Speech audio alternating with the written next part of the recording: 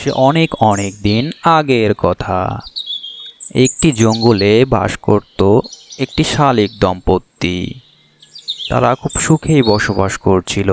হঠাৎ একদিন শালিক দম্পতির বাসার উপর নজর পড়ল একটি পাজি শিয়ালের। আরে বাহ, শালিক দেখি তিনটি ডিম পেড়েছে। যাই শালিককে বোকা বানানোর চেষ্টা করি। শালিকের ডিম খেতে কি যে মজা, তা কেবল যে খায় সেই বোঝে। আজকে শালিকের ডিম খেতেই হবে। যাই।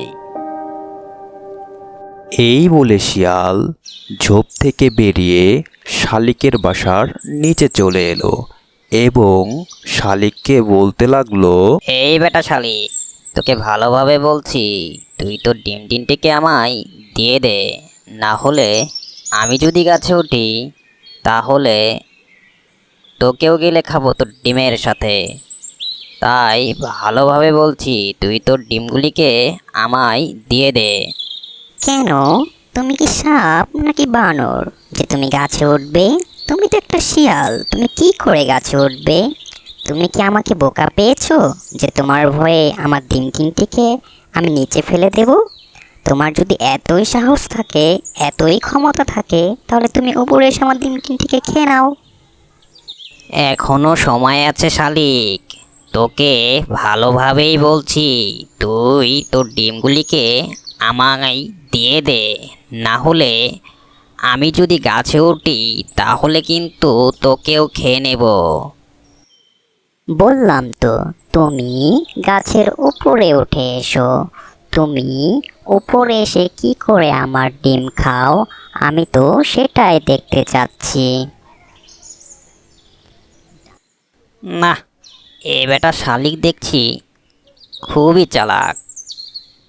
ভেবেছিলাম ওকে বোকা বানিয়ে ওর ডিমগুলোকে খেয়ে নেব, কিন্তু এ বেটা শালিক এভাবে বুঝবে না। এ খুবই চালাক। এ কি, শালিকের বাসার গাছটা দেখছি খুবই চিকন ও সরু। আমি যদি গাছটিকে জোরে জোরে ঝাঁকাতে থাকি, তাহলে ডিমগুলি নিচে পড়বে এবং ডিমগুলিকে আমি খেয়ে নেব। এই বলে শিয়াল গাছটির কাছে গেল এবং গাছটিকে ঝাঁকাতে শুরু করলো। অতঃপর ডিমটি নিচে পড়ে গেল। বুঝলি শালিক, আমি যদি সত্যিই গাছে উঠতে পারতাম, তাহলে আমি তোকেও খেয়ে নিতাম। যাক, তোকে বাঁচিয়ে রেখে বরং আমার উপকারই হলো। তুই আবার ডিম পারবি, আবার আমি তোর ডিমগুলিকে খেয়ে নেব।